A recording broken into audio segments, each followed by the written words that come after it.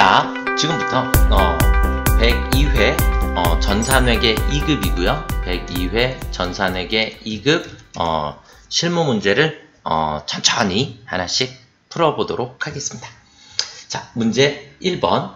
문제 1번은 회사 등록 메뉴에 사업자 등록증을 검토하여 추가된 부분을 정정하시오 그랬어요. 그러면 회사 등록이라는 곳으로 들어가시면 되겠고요. 회사 등록에 앞에서부터 순서대로 쭉 진행을 하시면 됩니다. 그래서 회계 연도는 올해 회계 기간은 맞을 거고요. 당연히 사업자 등록번호 동일하고요. 유형이 간이과세가 아니라 일반과세자라고 되어 있죠. 그래서 일반과세자.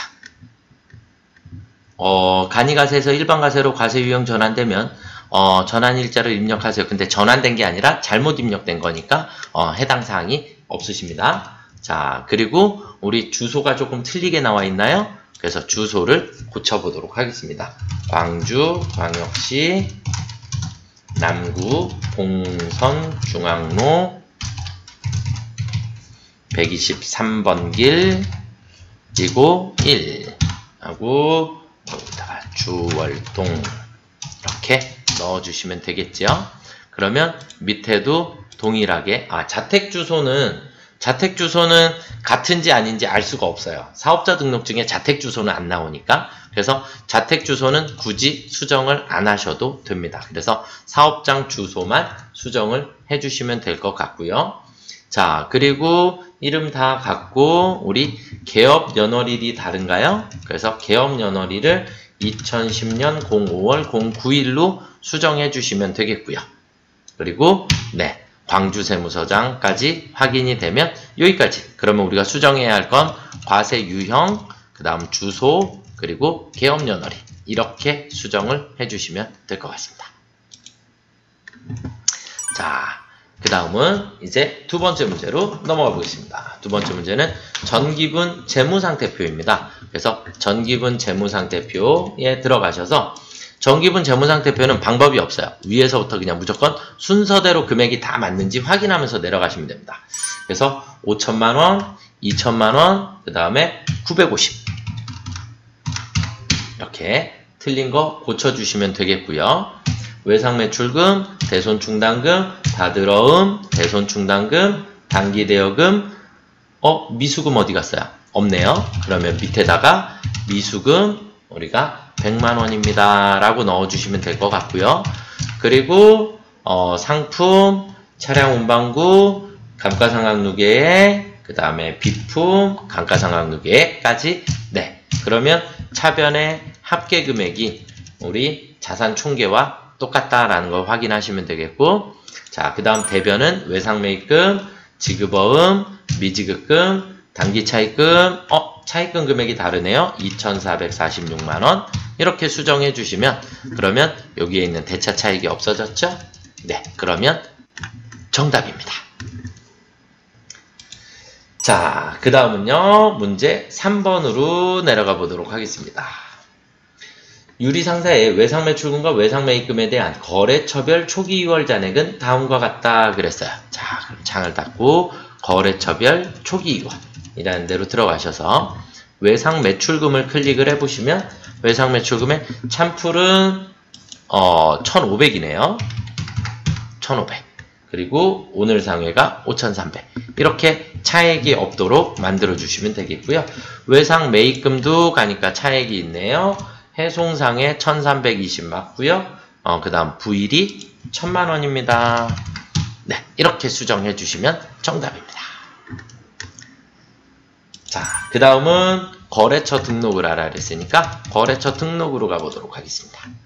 거래처 등록에 들어가셔서 거래처 등록의 제일 밑에 거래처 코드 번호는 1000번이고요. 그 다음에 거래처명은 잘 먹고 잘 살자. 그 다음에 거래처 유형이 매입이라고 나와 있죠. 그래서 2번 매입을 선택을 해주시면 되겠고, 사업자 등록증 214-13-84-536. 대표자 성명은 김영석. 업태는 서비스, 종목은 한식입니다. 되시죠? 자, 그럼 여기까지 거래처 등록이 끝나셨고요. 자, 그 다음은 이제 우리 일반 전표 문제로 가보도록 하겠습니다.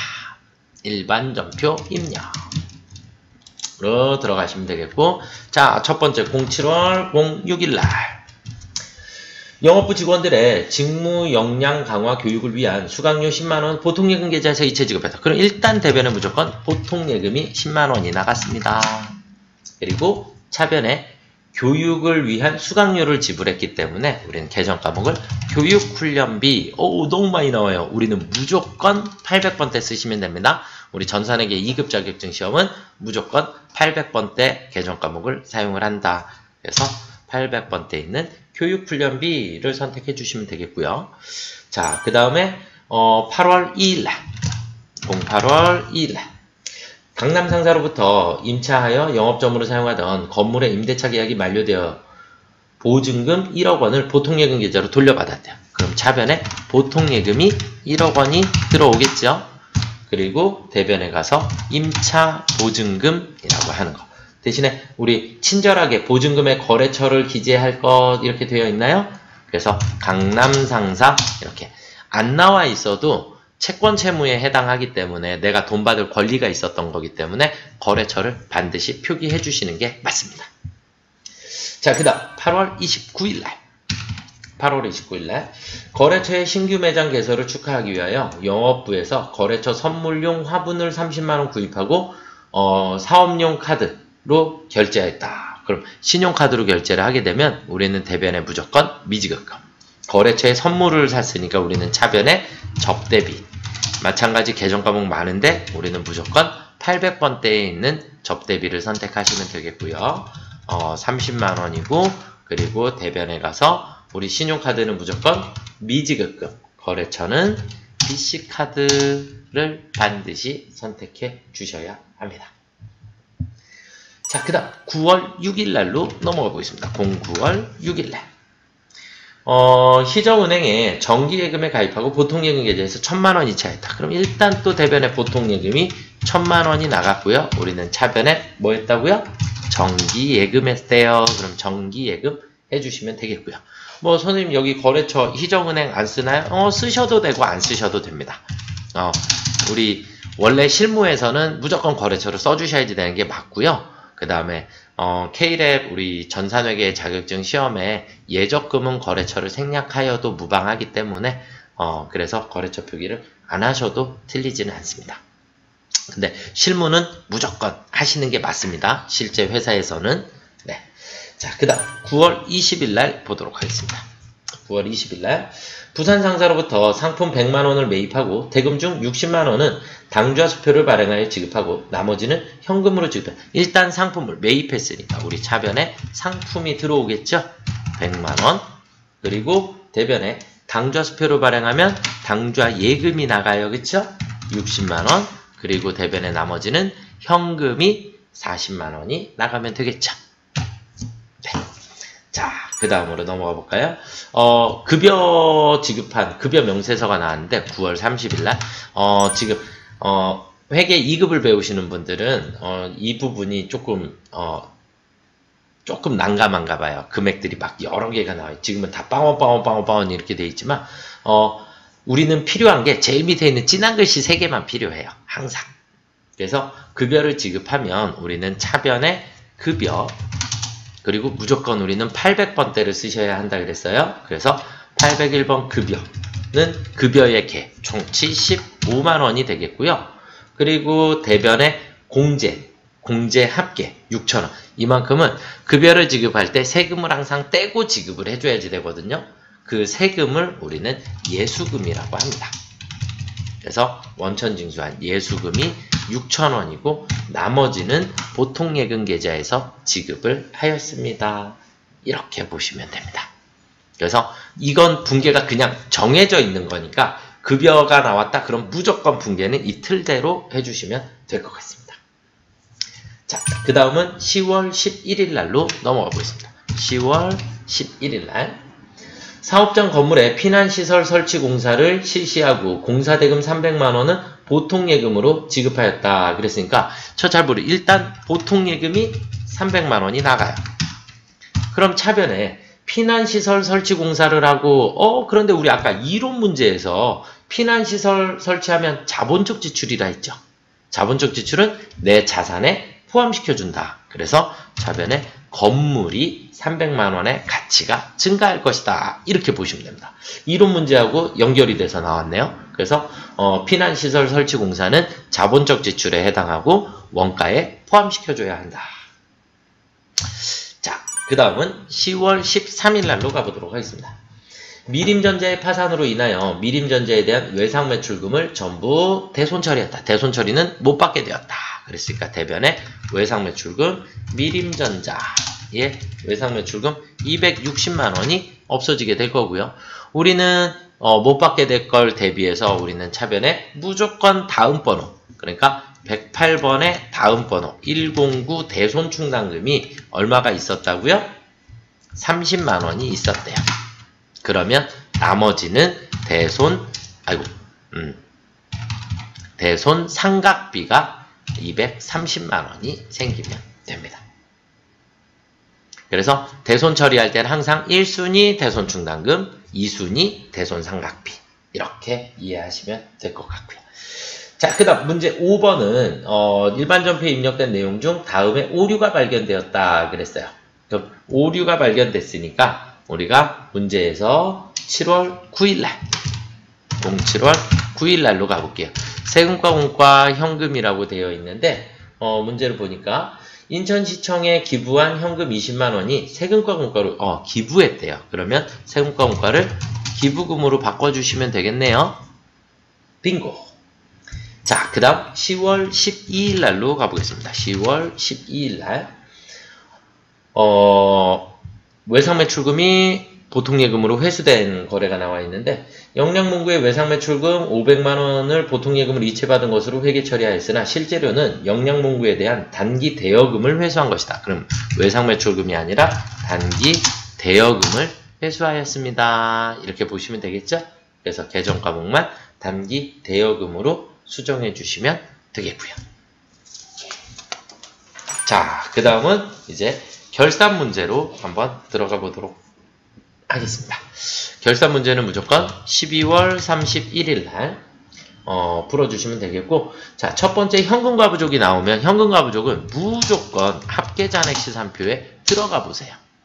합계잔액 시산표에 우리는 12월 31일로 들어가 보시면 이렇게 현금과 부족이 차변에 있군요. 우리는 합계라는 보시는 거 아니고 항상 잔액란만. 그래서 현금과 부족이 차변에 10만 원 있다라는 걸 이해하실 수 있어요. 그러면 무조건 얘가 반대쪽으로 사라지시면 됩니다. 그래서 우리는 대변에 현금 과까지 치셔야 합니다. 현금과 부족이 10만 원이 없어지면 되겠고요. 원인이 밝혀지지 않았으니까 화면 위쪽에 보면 마이너스가 생겼죠.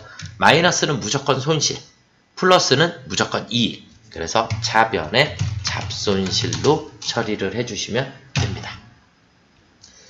자, 그 다음에 기말 현재 가수금 계정 잔액은 차기 매출과 관련하여 거래처 인천상사로부터 수령한 계약금이 확인되었다 그랬어요. 그러면 또 합계잔액 시산표를 한번 들어가 보시겠습니다. 그러면 우리는 조금 내려가 보시면 여기에 가수금이라는 계정 과목이 있다는 걸 보실 수 있고, 가수금은 잔액이 대변에 있습니다. 그쵸? 그러면 대변에 있는 게 무조건 어디로? 차변으로 사라지면 된다. 그래서 차변에 가수금 얼마가요? 50만원. 그리고 대변에 계약금 받은 거니까 우리는 선수금으로 처리해 주시면 되겠죠? 그런데 선수금은 우리 거래처 반드시. 그래서 인천상사 거래처를 걸어 주셔야 합니다. 자, 그 다음은 농협은행으로부터 연 이자율 6%로 1,000만 원을 12개월간 차입하고 이자는 12개월 후 차입금 상환 시점에 일시 지급하기로 하였다. 결산 분개를 하시오 그랬는데 우리가 연 이자율 6%로 우리가 1,000만 원을 빌렸어요. 그러면 1,000만 원에 대해서 곱하기 6%를 하게 되면 6%는 1년분 이자가 연이율이니까, 연이자율이니까 1년분 이자가 총 60만원입니다. 이렇게 되고, 그러면 이제 우리는 월할 계산이라는 걸 하려다 보니까 얘를 나누기 12를 해주시는 거예요. 나누기 12. 그러면 한 달에 1개월에 5만원입니다. 이렇게 산출이 되고, 자, 그런데 우리는 돈을 언제 차입했대요? 9월 1일. 오늘은 결산일이니까 12월 31일이고요. 그러면 9월 1일부터 12월 31일까지의 이자를 계산을 할 거예요. 그러면 9, 10, 11, 12 4개월 분인가요? 그래서 4개월 분. 그러면 1개월에 5만원씩이니까 5만원 곱하기 4 해주시면 되겠죠? 그러면 20만원의 금액이 20만원의 이자를 지급했어야 됐는데 줬다 안 줬다? 나중에 차입금 상환 시점에 지급하기로 했으니까 이만큼이 미지급이 된 상태입니다. 이렇게 보시면 돼요. 그래서 20만원의 미지급 비용이라는 게 생겼으니까 그러면 이제 우리는 분계에다가 대변에 미지급 비용이 20만원이 생겼고요. 이만큼은 우리 회사가 지급해야 할 이자 비용입니다. 이렇게 써주시면 돼요. 그래서 미지급 비용을 계산하는 방법은 이렇게 원래 전체 1년분 이자를 먼저 계산하시고 나누기 12를 하시게 되면 한 달분 이자가 나오게 되고요. 그 중에 개월수를 확인하셔서 이자를 계산해 주시면 됩니다. 자, 그 다음은 1월 1일 2020년 1월 1일 영업부서에서 구매했던 차량 운반구의 단기분 감가상각비를 계산하다. 취득원가는 6천만원이고 잔존가액은 400, 내용연수는 8년입니다. 정액법으로 계산하라 그랬으니까 우리 정액법은 어떻게 되죠? 정액법은 취득원가 마이너스 잔존가치 나누기 내용연수 이렇게 됩니다.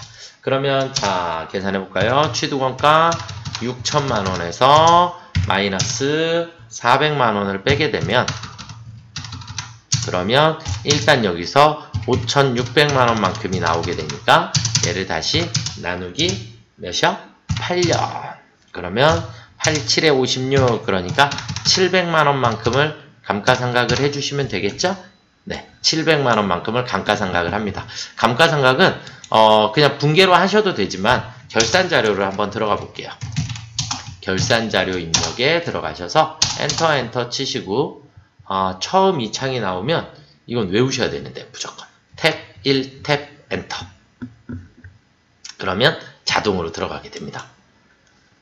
무시하셔도 상관은 없지만 그래서 우리는 차량 운반구에 대한 그래서 여기에도 나와 있는데 얘는 500번대예요. 그래서 밑으로 내려가시면 800번대의 감가상각비에 차량 운반구에 700만원이라고 넣어주시면 그리고 전표 추가를 해주시면 분계가 자동으로 됩니다. 2단계가 너무 불편하시다라고 생각이 들으시면 전표 추가를 일단 해볼게요. 전표 추가를 해보면 우리가 일반 전표에 들어가셔서 조회를 눌러보시면 이렇게 감가상각비 분계가 나와 있어요. 그래서 차변의 감가상각비, 대변의 감가상각 누계액, 대신에 감가상각 누계액은 차량 운반구에 해당하는 208번이 차량 운반구니까 그래서 209번의 감가상각 누계액을 설정을 하셔도 됩니다. 그래서 결산에 가셔서 입력해 주셔도 되고 그 다음에 이렇게 일반 전표에다가 직접 입력을 하셔도 됩니다. 결차 결대는 상관없으세요. 차변 대변이라고 쓰셔도 되고 결산 차변, 결산 대변 이렇게 처리하셔도 됩니다. 자, 그 다음 이제 마지막 조회를 한번 가볼까요? 6월 30일 현재 가지급금 잔액. 잔액을 물어보는 건 특정 계정 과목의 잔액은 무조건 합계잔액 시산표 들어가시면 됩니다. 합계잔액 시산표에 06월 30일에 가보시면 가지급금의 잔액은 44,000원입니다. 이렇게 정답 찾아주시면 되겠고 자, 그 다음에 1월부터 6월까지 접대비를 가장 많이 지출한 달과 가장 적게 지출한 달의 차이는 큰 달과 작은 달의 차이를 물어보면 무조건 총계정 원장이란 총계정 원장으로 들어가시면 큰 달, 작은 달 물어보면 무조건 총계정 원장 1월에서 6월까지의 계정 과목은 접대비 813번입니다. 그래서 접대비에 들어가면 1월서부터 6월까지의 잔액 보시는 거 아니에요. 잔액은 누계니까. 그래서 차변을 보셔야 하고요. 가장 큰 달과 작은 달의 차이 금액. 그러니까 큰 달은 200이고요. 작은 달은 60만 원인가요? 그쵸? 그럼 200에서 60을 빼주시면 140만 원이 정답이 되겠습니다. 자, 그 다음 6월 말 현재 미지급금 잔액이 가장 많은 거래처를 물어보면 무조건 거래처 원장으로 가시면 됩니다. 거래처 원장. 그래서 거래처 물어보면 무조건 거래처 원장에 가셔서 6월 말 현재니까 6월 30일, 6월 30일 계정 과목은 미지급금입니다. 그리고 누군지 모르니까 처음부터 끝까지 그래서 그냥 엔터 치시면 돼요. 그러면 자 미지급금 잔액이 나오는데 가장 많은 그러면 여긴가요? 네. 그래서 잔액을 클릭 해보시면 정렬이 막 돼요. 그래서 클릭 하시면 정렬이 되니까 제일 많은 데가 타이거 상사입니다. 그래서 타이거 상사 54만 원이 정답이 되겠습니다. 여기까지 102회 실무 문제를 한번 풀어봤습니다. 수고들 많이 하셨습니다.